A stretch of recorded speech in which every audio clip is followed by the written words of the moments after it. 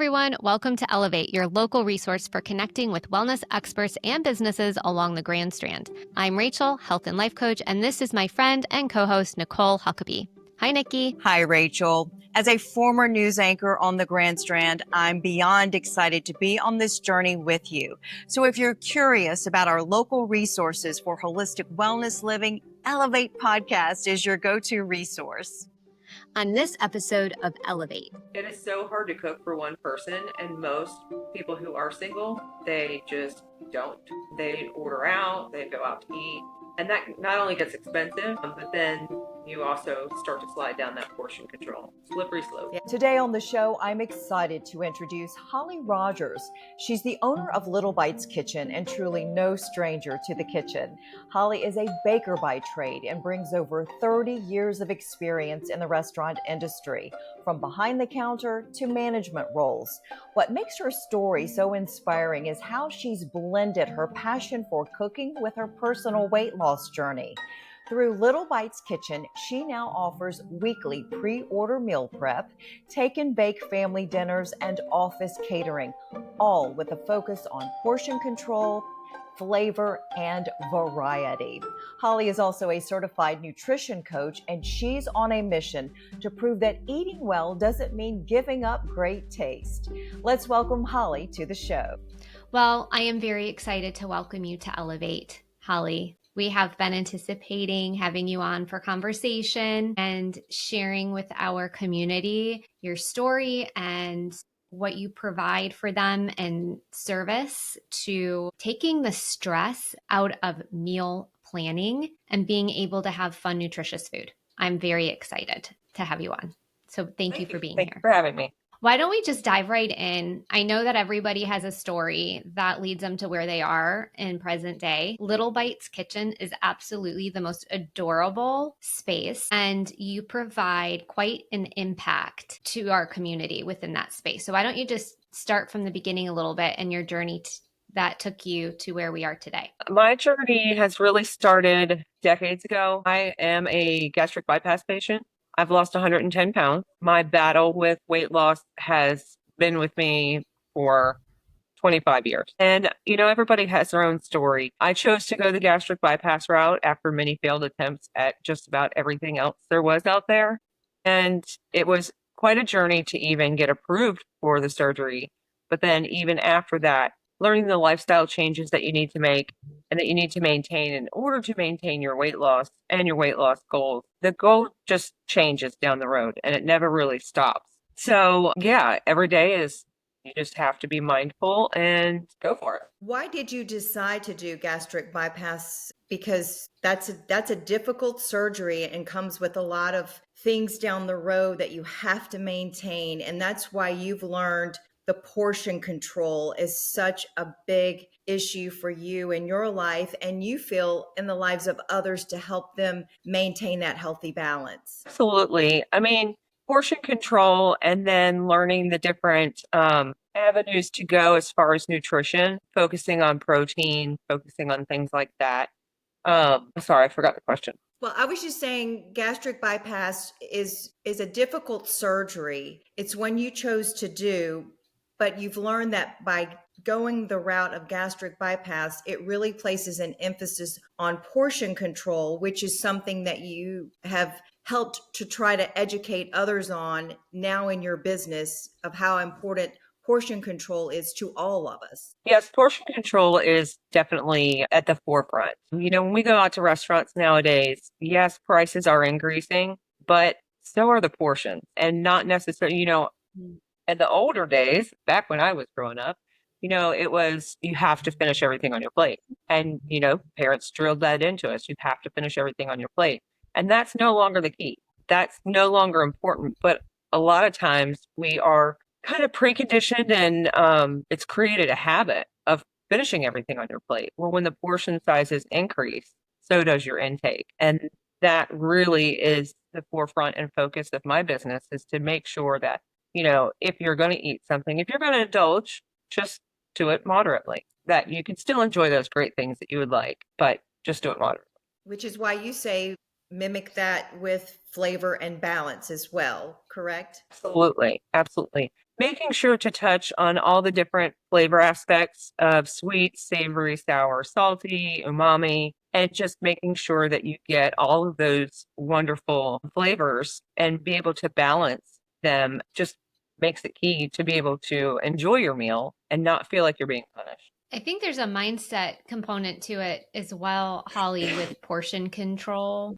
Like you said, a lot of us grew up with finish your plate. You can't leave the table until you finish your plate. It's very difficult to rewrite that or reframe that thought process. And I think having someone like yourself that portions things out That bothersome. properly for us, yes, it's very difficult. And having someone like yourself to portion things out is so incredibly helpful. Do you find people are surprised at what is a proper portion compared to what they might go and get in the restaurant or what they're even making at home? I think the biggest thing with the portion control and when people realize how much they are eating is that their level of satiety once they're done eating. Do you want to be stuffed miserable or do you want to be satiated to the point where you can not feel like you have to take a nap? So when you're enjoying a meal, enjoy the meal.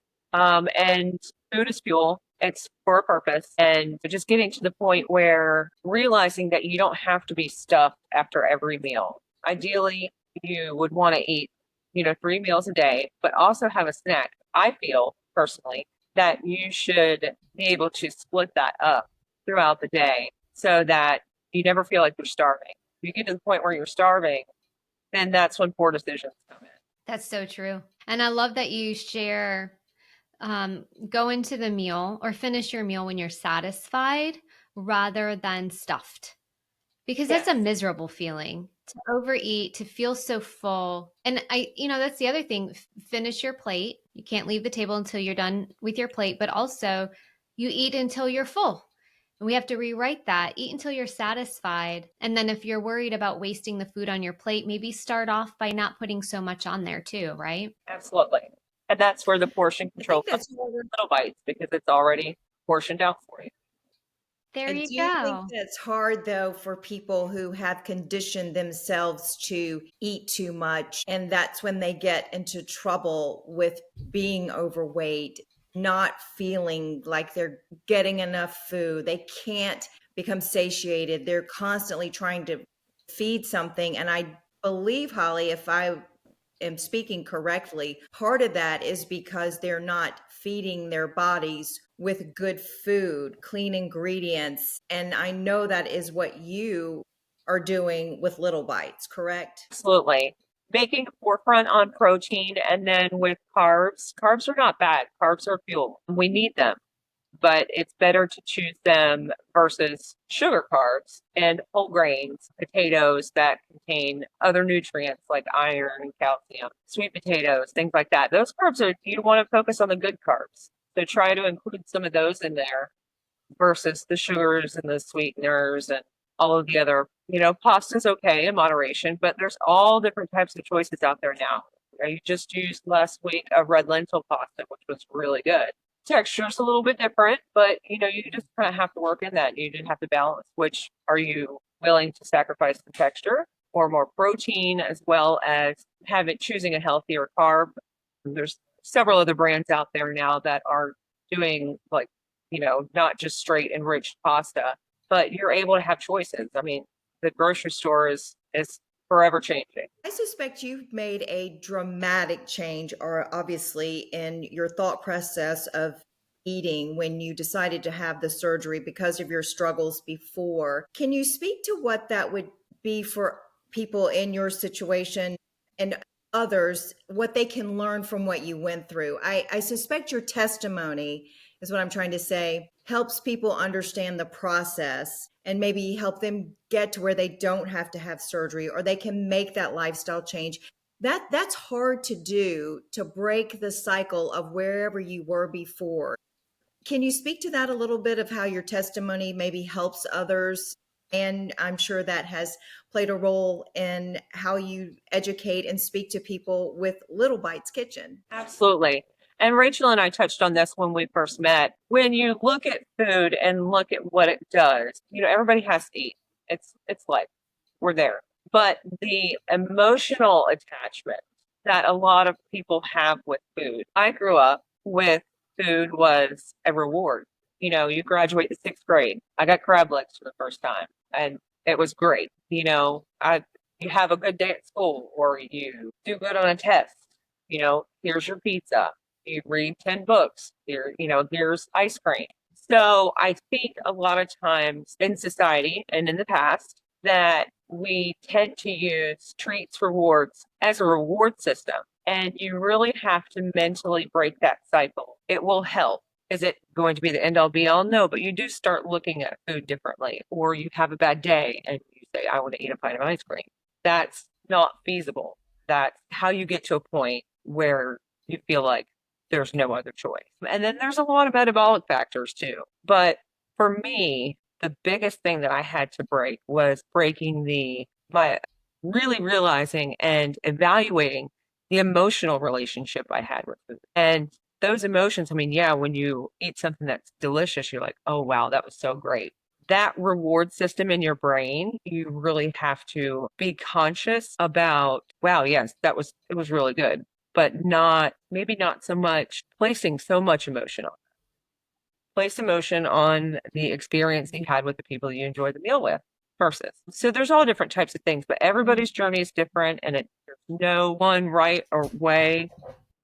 We live in a world where if you want something, there's a way that you can get it. And whether it's surgery or whether it's you want to run a marathon or whether it's you want to go on a trip, there are several different, there's ways to get what you want out of this world. And everybody's journey is different. Okay, so Okay. I was curious, or you had brought up a really good point about how we have conditioned ourselves to reward ourselves and our children and our family with food. And when we do Yes. well in school, I've seen it. My son's 10, and if you do good, if the class makes A's and B's, you get a Sunday treat, a ice cream bar, right? And as innocent as it seems, it is conditioning children to become adults who think that if I do good, I'm going to reward myself with food, right? Or that's the Absolutely. only thing that we have to reward ourselves with. And really, it's a thinking outside of the box a little bit for us of what else can we use as a reward that is not an edible. Sure. What are some things, Holly, that you have found? Some things that I have found that have helped me is, if you have a bad day or, something great happens, maybe not full on retail therapy, but just say, okay, you know what? Either I'm going to I'm going to go spend $10 on myself, whether it be, a pair of earrings or whatever the case may be, a new shirt. So finding the little things that make you happy. When my son, if he gets A's and B's for the year, we'll go to the go-kart park, the go-kart track, or we'll go play mini golf or do something fun. Replace that food reward with an experience reward. Just this year, my son just finished the fifth grade, so we decided that we were going to take him to Carowinds for the first time. So he got to ride roller coasters. He did great, all throughout elementary school. He's a great student. He's turning, on the road to being a good person. And so that was our reward for him. So trading those food rewards with experience rewards, I think is the biggest. Everybody's experience desires are different. Do you want to go on a trip? Do you want to go shopping? Do you want to, I don't know, redo the bathroom? Whatever the case may be, that's just one avenue that you can do it. I know you have a lot of thoughts about weight loss, obviously, because of your circumstances and the ways that you struggled and then ultimately getting gastric bypass surgery. But I know you think about the other ways that people are trying to maintain a healthy weight these days with the GLP-1s, the all of those things. Talk a little bit to that. I know those are hot items for you that you have that's relatable. Share what you feel about those that may resonate with our audience that's also struggling in some of these areas. Absolutely. I know multiple people that are having huge, tremendous success with the GLP-1s. And, my hat's off to them because, regardless of whether somebody says it's the easy way out or, they're cheating or that's not the right way, there is no right way. It's your way and it's your choice. And so I applaud anyone who is willing to take that on. The biggest thing is with the GLP-1s, and it cuts off the part of the brain, the reward system, that gives you that satisfaction when you eat something. Like if you want that Whopper or that Big Mac and you're like, oh my gosh, yes, I want to have it. That's the emotional connection.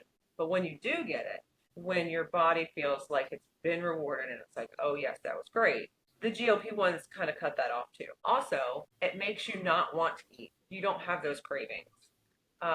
But what you need to focus on in the process and in the journey is making sure that you're identifying and correcting and putting in new habits and patterns so that you're not, so that once you do stop taking them, because they can be temporary, is that you don't gain it all back with friends, as I like to say.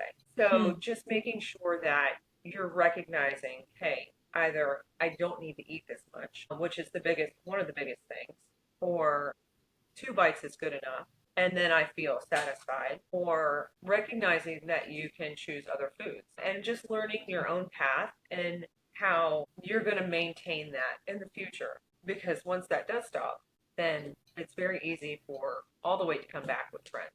So just learning your new positive, healthy habits. What you said is spot on. When you use any tool to change your mindset, take out the noise, curb the appetite, you have to have the educational element that goes along with that.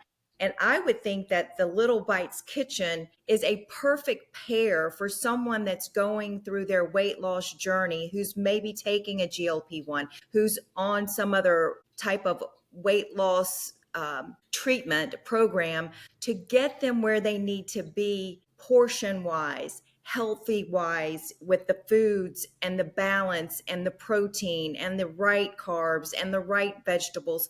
So it's a perfect marriage if you are on that journey, because you can't just take a medicine and think that when you get off, you're going to be okay if you haven't educated yourself and retrained your body to accept the new you. Would you agree with that? Absolutely, 100%.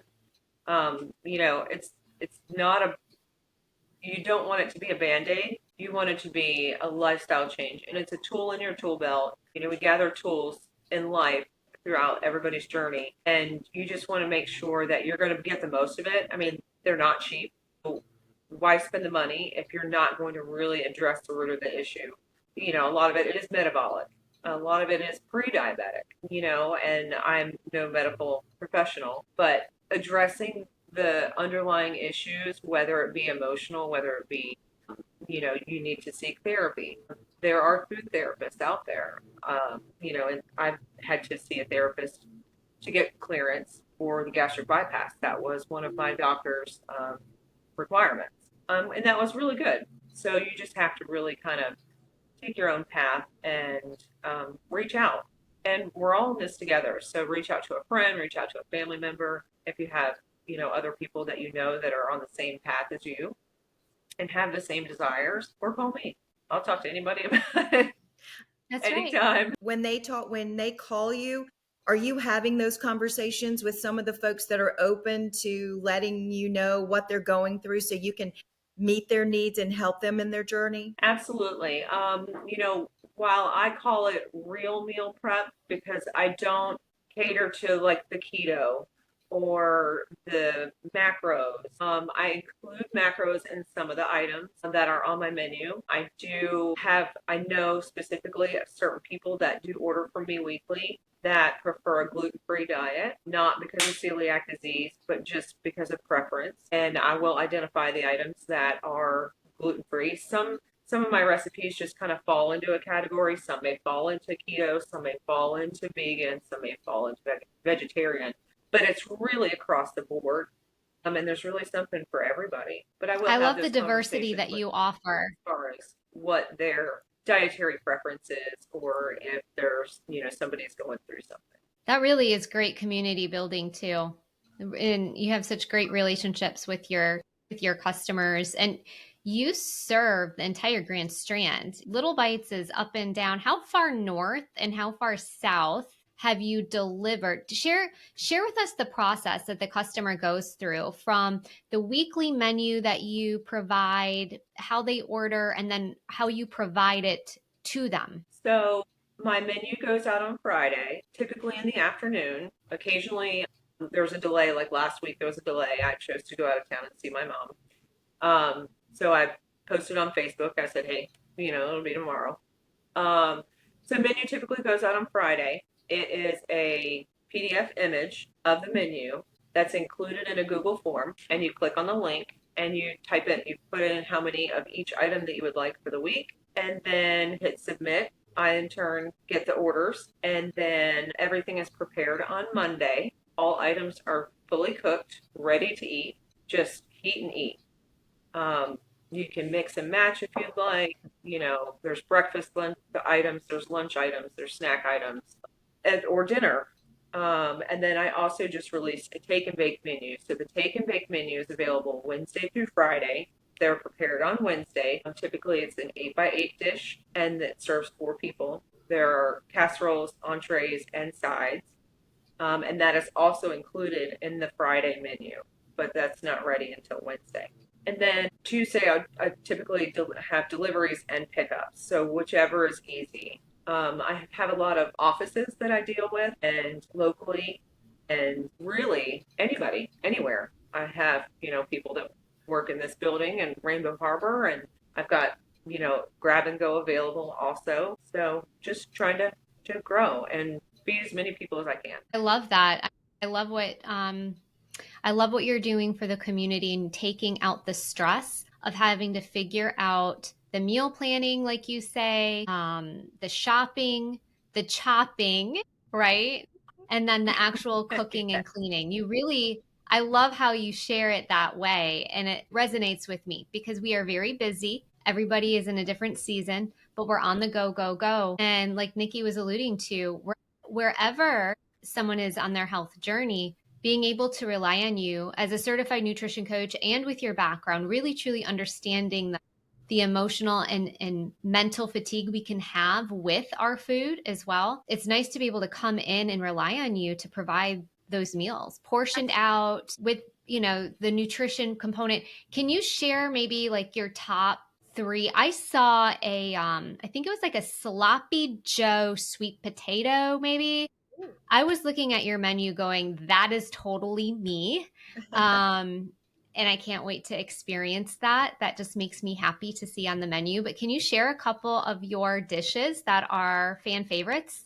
Let's see. I would have to say definitely the breakfast bars. There's a blueberry breakfast bar, and then there is an apple pie breakfast bar. I probably make about 30 or 40 of those a week. The breakfast bars, the parfaits, as far as everybody loves my soups. I love a good soup. Taco soup, the high protein creamy taco soup is definitely a fan favorite. Let's see, the sweet potato, ground turkey sweet potato bowls.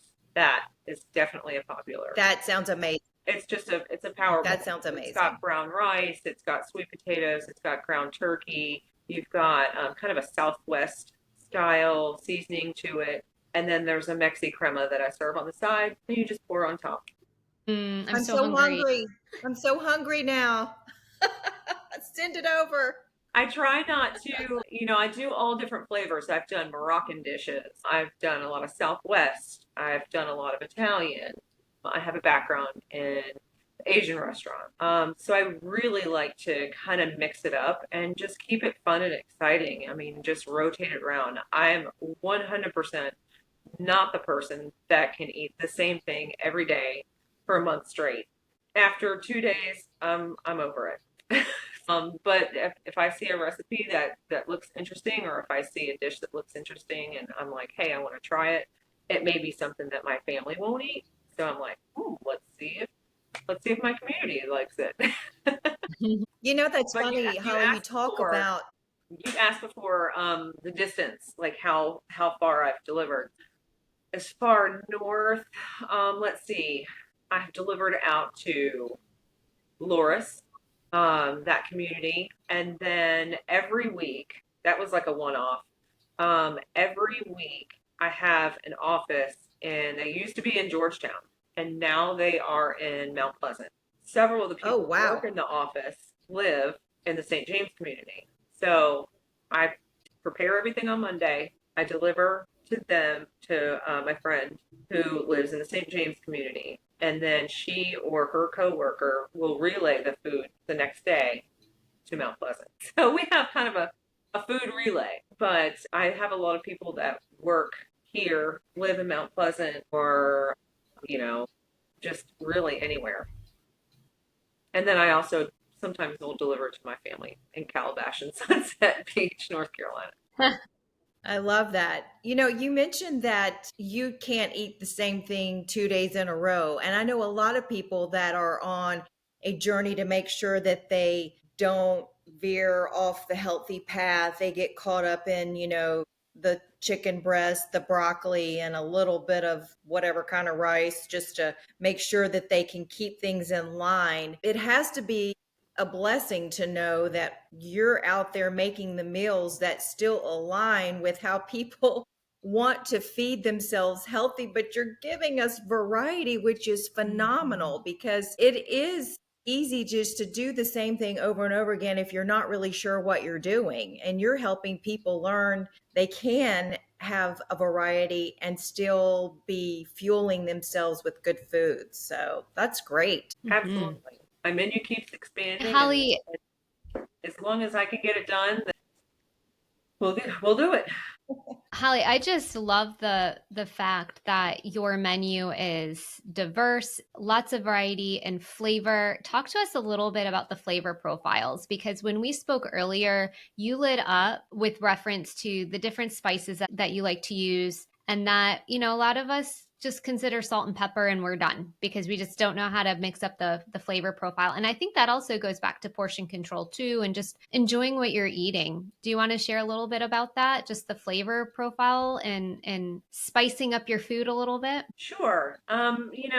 I'm a saucy gal. I love sauce. But it's very, very easy to make a flavorful sauce that's still going to be good for you and not hurt you and not derail you from your whatever journey that you're on. Yes, there are salt and pepper people, and I love salt and pepper. I don't use a whole lot of salt. I'm more on the pepper side. But especially when somebody's learning how to cook, start with the four: salt, pepper, garlic powder, onion powder. Should be on everything. But then there's a lot of different brands out there that are coming out with some fantastic spices and seasonings. And I love going to the grocery store.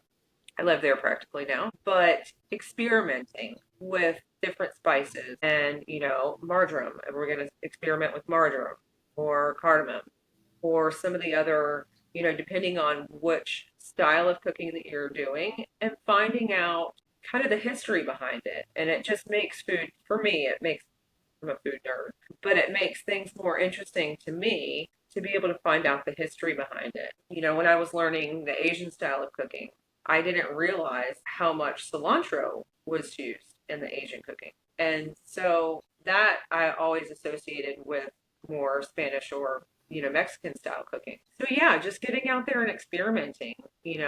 I was telling Rachel the two spices that I will, if you start with two, it's Kinder's the blend and the Badia complete. You can put it on anything and everything. And I hope you've tried it. It is good. It is good. That's good advice. And I know one thing that's important for you, Holly, to let our community know is that your meals are mindful and fit every budget and it's stress free, right? That's what you really want them to know. Yeah, I mean, take the stress out of food. You get a menu and pick out what you want for the week, and then I'll deliver it. You keep it in your fridge at work, and you can just heat it and eat it, or you can take it home and enjoy it for dinner. Or you can take them, several for your family. If you're single, I mean, especially if you're single, I mean, It is so hard to cook for one person, and most people who are single, they just don't. They order out, they go out to eat, and that not only gets expensive, but then you also start to slide down that portion control. Slippery slope. Yeah. You just really are offering something very special for every type of family, every type of person that's out there, which is just beautiful. We need you to expand everywhere.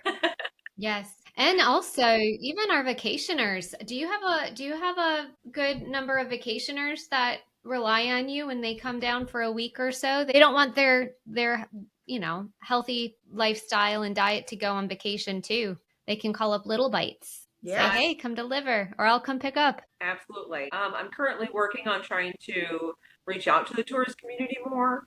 So if you have any ideas on how I can do that, that'd be great. But yeah, fantastic. When you go on vacation and everybody just goes, oh gosh, I'm going to gain weight or I'm going to, eat so much. And not only that, when you come on vacation, it's expensive to go out and eat at a restaurant and feed a family of three, four, five. Pizza is expensive. You can only Yes. eat pizza so many nights. Mm. Hmm. Little Bites is definitely something that a tourist can capitalize on. For sure. Boy, you just have so much good information for all of us. And just what you're doing in the community is really fantastic. And your story, your testimony of how you've changed your life is so inspiring, Holly. I really appreciate you sharing that with us today. Thank you for having me on. Of course. Nikki, can I ask my burning question? You must ask your burning question, Yes. Rachel, before we Okay. wrap up. Holly, what is the one thing that you would like to share with our community that they can start implementing into their day to day that's simple, fun to elevate their health and wellness journey? I would say just take it one day at a time. Start by taking it one meal at a time. Change doesn't happen overnight. Change is progress. It starts by, buying the pair of shoes, then getting on the street and running or getting on the treadmill and running. Start with breakfast. Make sure that you're eating a fulfilling breakfast. And then really, you can start your pantry. Go through your pantry and say, this needs to go. This needs to go. Because if it's in the house, it's more than likely going in your stomach. And just one step at a time. Don't try and go, oh my gosh, I ate, pizza for the last 4 days. So now I'm going to go all salads. Like doing a complete 180 overnight is not only unrealistic, but it's not long term. You're not really embracing the journey. And just know that it is a journey. It's not going to happen overnight. I know a lot of people with weight loss have a number stuck in their head from the scale. I know I had a number stuck in my head when I had began my weight loss journey, and I had to get rid of it. I had to let it go because I haven't gotten there and I don't expect to anymore. I got to a point where my body was happy and I was happy with it. And that's where you're at. And, what the scale says does not translate to how you should feel. That's great. That is wonderful. Small, simple steps really do make a big impact. You shared a lot of wealth in that. So thank you so much, Holly. Absolutely. Thank you for that, Holly. We You're are welcome. so inspired by you. Yes, thank you. Wait, don't go anywhere. If you are enjoying the Elevate podcast, could you do us 3 favors? Leave us a review, join our newsletter, follow us on social, and wait, it's 4 things. And share the podcast with friends and family. Absolutely, Rachel. Your reviews help us grow, reach more people, and contribute to our mission of connecting local wellness businesses with individuals seeking their support and services. Please take a moment to leave us a review. To get the most out of your listening experience today, we invite you to join our newsletter. We offer wellness-based resources, recaps, show notes, and links. It's like a culinary garden of wellness resources. Until next time, have a healthy and blessed day. We hope you enjoyed today's episode. The information provided in the Elevate podcast and associated materials is for general informational purposes only and is not intended as medical advice. No content should be considered a substitute for professional medical advice, diagnosis, or treatment. Always seek the advice of your physician or other qualified health provider with any questions you may have regarding a medical condition or treatment. Reliance on any information provided by Elevate, its host, guest, or contributors is solely at your own risk. We encourage you to consult with a healthcare professional before making any significant changes to your diet, exercise, or wellness routine. Ultimately, your health and well-being are unique to you, and it's important to make informed decisions based on your individual needs.